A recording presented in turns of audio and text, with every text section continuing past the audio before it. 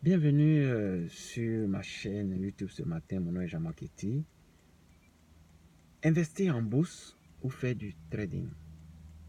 Cette question me revient très souvent. C'est pourquoi ce matin, je décide de prendre la peine et un peu de temps pour spécifier un peu sur les deux éléments, faire la différence une fois pour de bon.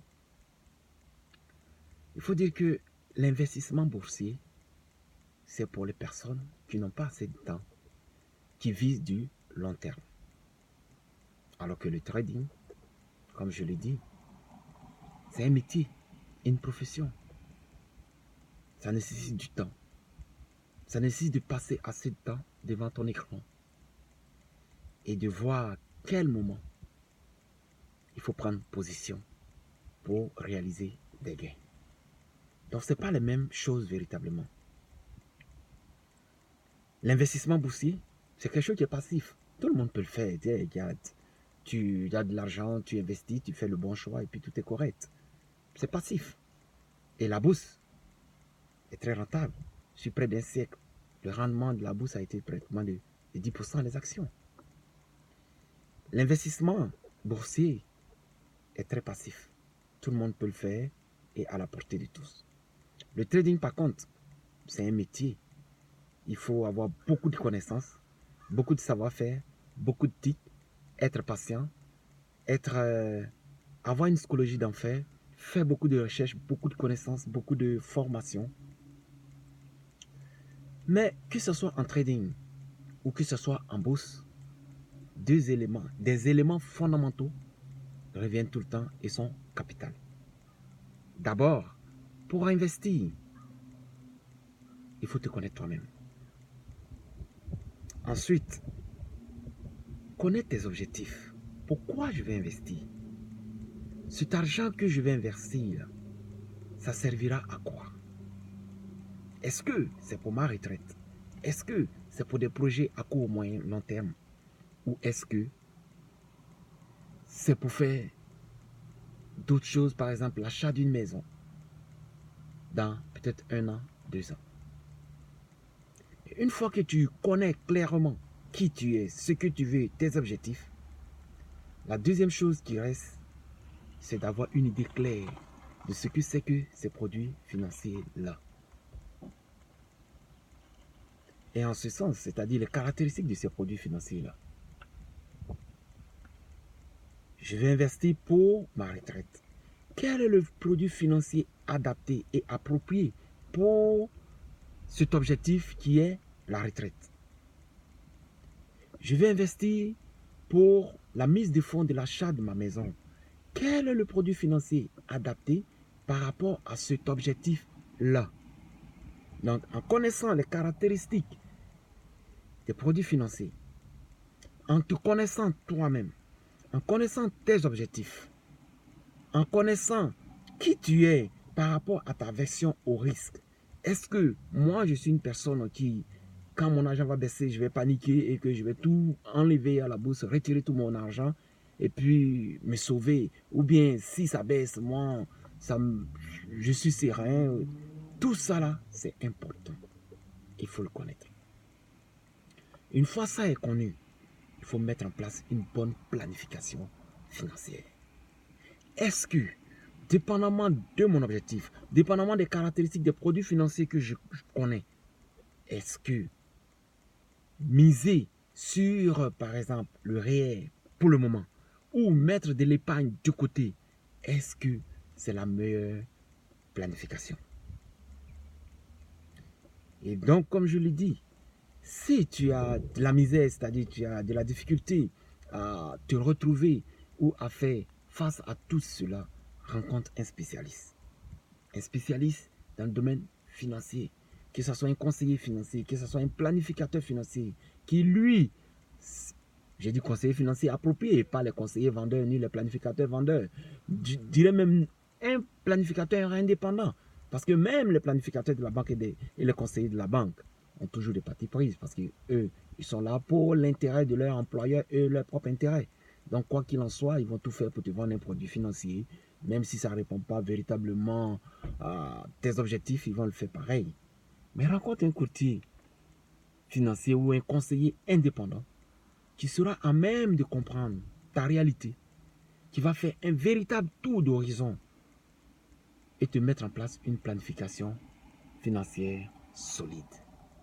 C'est-à-dire quoi? Qui va tenir compte de ta situation familiale, qui va tenir compte de tes objectifs, qui va tenir compte de ton aversion au risque, qui va tenir compte de qui tu es véritablement. Donc, voilà un peu la différence que je voulais porter entre la bourse et le trading.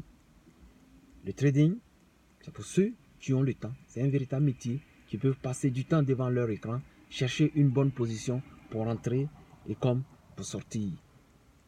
Donc, ça nécessite beaucoup de connaissances, beaucoup de pratiques, beaucoup de pratiques. Alors que la bourse, c'est passif. Tu investis, tu comptes sur l'effet de l'intérêt composé, sur la capitalisation. Tu comptes sur tous ces éléments-là et que tu ne suives pas la masse. C'est-à-dire, tu retires ton argent quand tout le monde retire et tu achètes quand tout le monde achète. Non. Si tu es régulier, tu décides de mettre en place cet investissement-là, que ce soit en action, que ce soit en obligation que tu investis, tu le fais de façon régulière. Moi, je décide par exemple d'investir 100 $. Chaque 2 semaines, tu mets tes 100 $. Beau temps, mauvais temps, mets tes 100 $. Pourquoi? Parce que comme je le dis toujours, la bourse, ça monte, ça descend, ça monte, ça descend, mais en bout de ligne, tu es toujours gagnant. Si tu as suivi le bon conseil, si tu n'as pas paniqué, si tu as été rigoureux, si tu as été discipliné et que tu as tenu ferme, beau temps, mauvais temps, tu seras toujours gagnant. Donc, c'est un peu la différence et cette précision que je voulais apporter par rapport à l'investissement boursier et au trading. Merci de m'avoir écouté ce matin. Partagez cette vidéo, likez-la, postez des commentaires afin que je puisse continuer de toujours produire des vidéos afin de divulguer l'information financière vraie. L'information financière qui va te permettre, qui que tu es, où que tu sois, de gagner ta liberté financière. Parce que comme je l'ai dit, l'information financière, elle est universelle. Que tu sois à l'Occident, que tu sois en Asie, que tu sois en Afrique, partout, c'est la même chose. Les humains ont tous les mêmes problèmes. Problème d'argent, problème d'endettement. Comment joindre les deux bouts? Comment pouvoir s'en sortir? Pensent tous à leur retraite. Mes vieux jours, comment je vais faire pour faire face à mes vieux jours?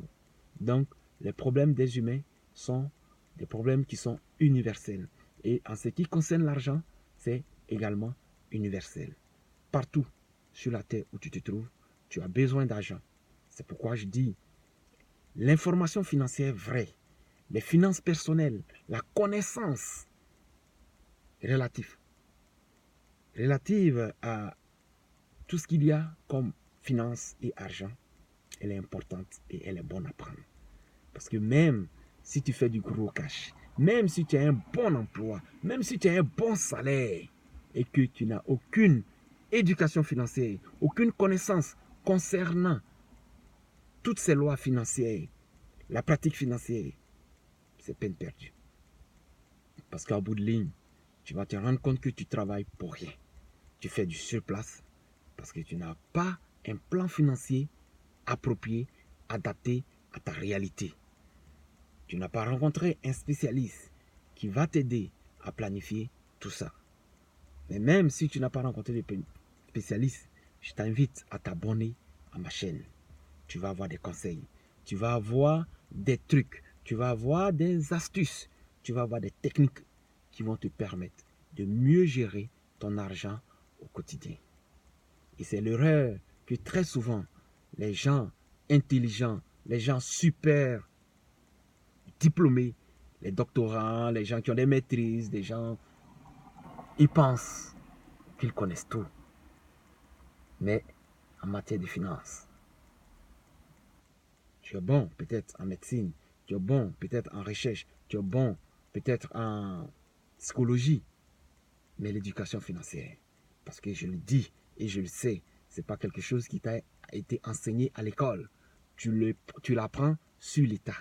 C'est pourquoi, prends la peine de te former, de t'informer et de t'éduquer financièrement. Pour ton bien à toi, pour le bien de ta famille et surtout pour le bien de tes enfants parce que tu pourras leur transmettre cette connaissance. Merci de partager cette vidéo. Merci de vous abonner. Likez-la.